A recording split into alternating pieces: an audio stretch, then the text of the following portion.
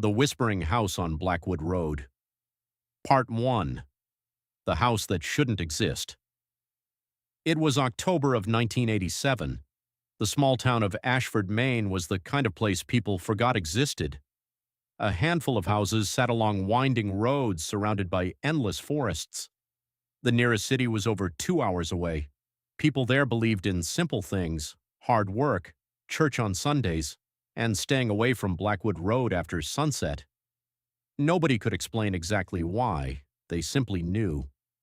The old road cut through a dense section of forest where sunlight barely reached the ground even during the day.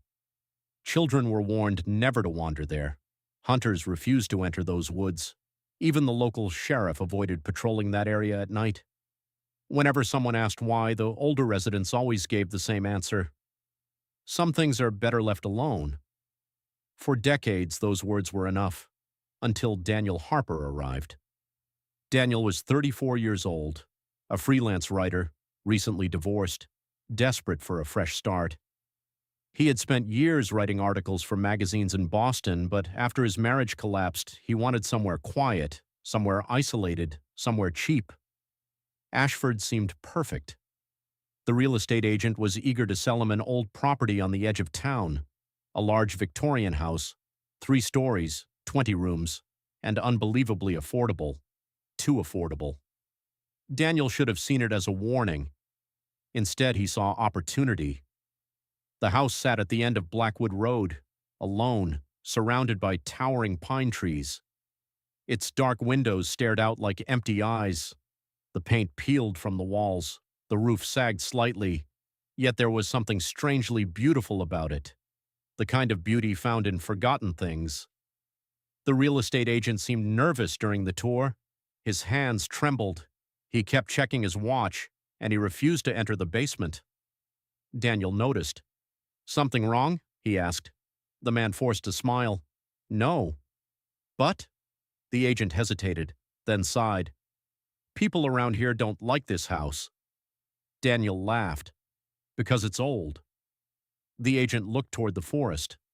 "No." "Because of what happened here." Daniel raised an eyebrow. "What happened?" For several seconds, the man remained silent. Then he spoke quietly. "A family lived here in 1952.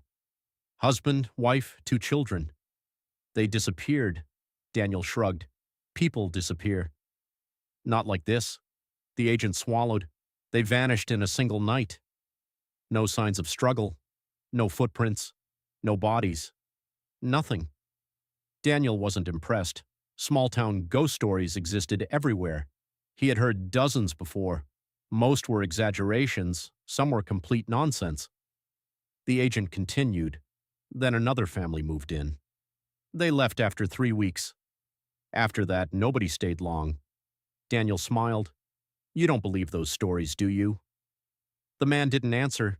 Instead, he handed Daniel the keys and left as quickly as possible. 3 days later, Daniel moved in. The first night was peaceful. The second night was not. It started at exactly 2:13 a.m. Daniel woke suddenly. His bedroom was completely dark.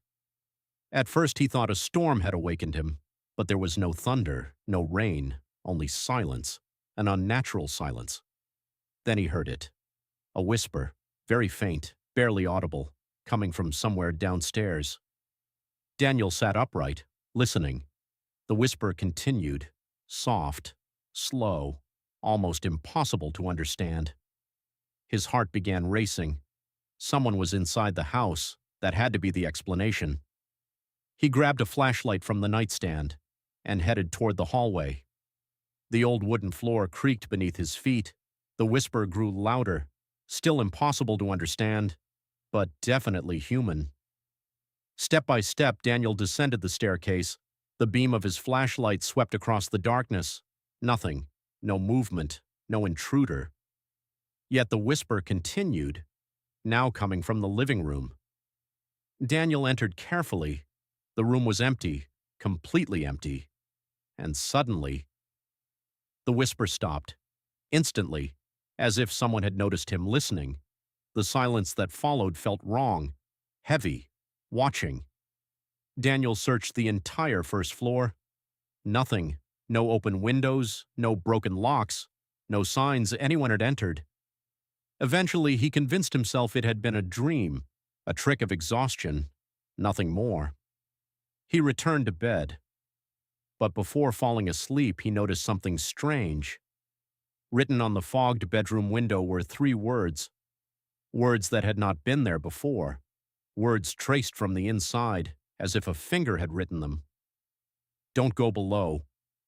Daniel stared at the message, frozen, unable to move, unable to breathe, and somewhere beneath the floorboards, something knocked, 3 slow knocks, from the basement, to be continued.